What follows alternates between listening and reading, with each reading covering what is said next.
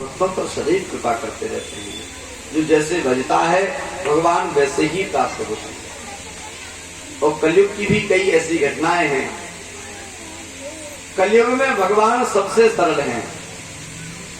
द्वापर शास्त्र कहते हैं कि जो फल सतयुग में 10,000 वर्ष तपस्या, त्रेता में 1,000 वर्ष में मिला, और जो फल त्रेता में 1,000 वर्ष में मिलता था वही द्वापर में 1 वर्ष में मिला, और जो द्वापर में 1 वर्ष में फल प्राप्त होता था वही कलयुग में केवल 24 घंटे भगवान नाम संकीर्तन करने से प्राप्त हो जाता है। कलयुग में भगवान ने बहुत सहूलियत दे दी है, बहुत सहूलियत है कलयुग के मनुष्यों को। क्योंकि गोस्वामी जी लिखते हैं कि मानस मन से जो पाप होते हैं भगवान उसे नहीं देखते हैं, लेकिन मन से जो पूजा करता है उसका फल भगवान अवश्य देते हैं। मानस पुण्य हो ही नहीं पापा। तो कलयुग, कई लोग कहते हैं महाराज कलयुग आ गया है। गोस्वामी जी कहते हैं कि कलयुग समझुग आन नहीं जो नर कर विश्वास। कलयुग जैसा युग आने वाला नहीं है। कलयुग सबसे अच्छा युग है। आज भगवत प्राप्ति करने के लिए, अपने जीवन को सुधारने के लिए कलयुग से अच्छा कोई युग नहीं है। सतयुग में तो महाराज 10,000 लाखों वर्ष तपस्या करनी पड़ती थी, और कलयुग में तो कहा गया कि यदि 7 दिन तक कोई द्वादशाक्षर मंत्र का 7 दिन 7 रात्रि जाप कर ले तो आकाश में विचरने वाले खग भी उसे दिखाई दे जाते हैं। आकाश में विचरण करने वाले देवता भी उसे दिखाई दे जाते हैं। ऐसी महिमा है कलयुग की। कलयुग समयुग आन नहीं जो नर कर विश्वास। राम गाय राम गुण गण विमल भवतन तर भी नहीं प्रयास। सतगुरु वैद्य वचन विश्वासा। सतगुरु की वाणी पर विश्वास करना चाहिए, मंत्र पर भरोसा रखना चाहिए।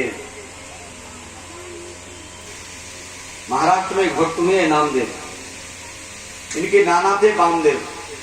इनके पिता छोटे में ही छोड़ के चले गए तो ये नाना के यहाँ इनकी मैया रहने लगी थी। एक दिन की बात है कि वामदेव जी कहीं बाहर चले गए 2-4 दिन के लिए, और नामदेव से कहा कि देखो बेटा हम बाहर जा रहे हैं, भगवान को प्रेम से भोग लगाना।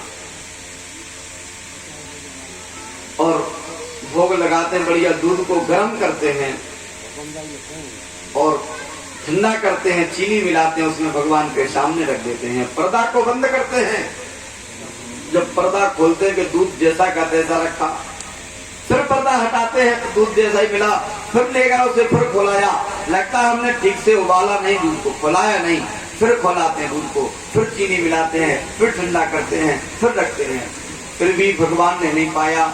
ऐसे देव जी ने विचार किया कि आज नाना जी आने वाले हैं, अब तो ये हमारी शिकायत कर देंगे और नाना जी हमारी पिटाई करेंगे।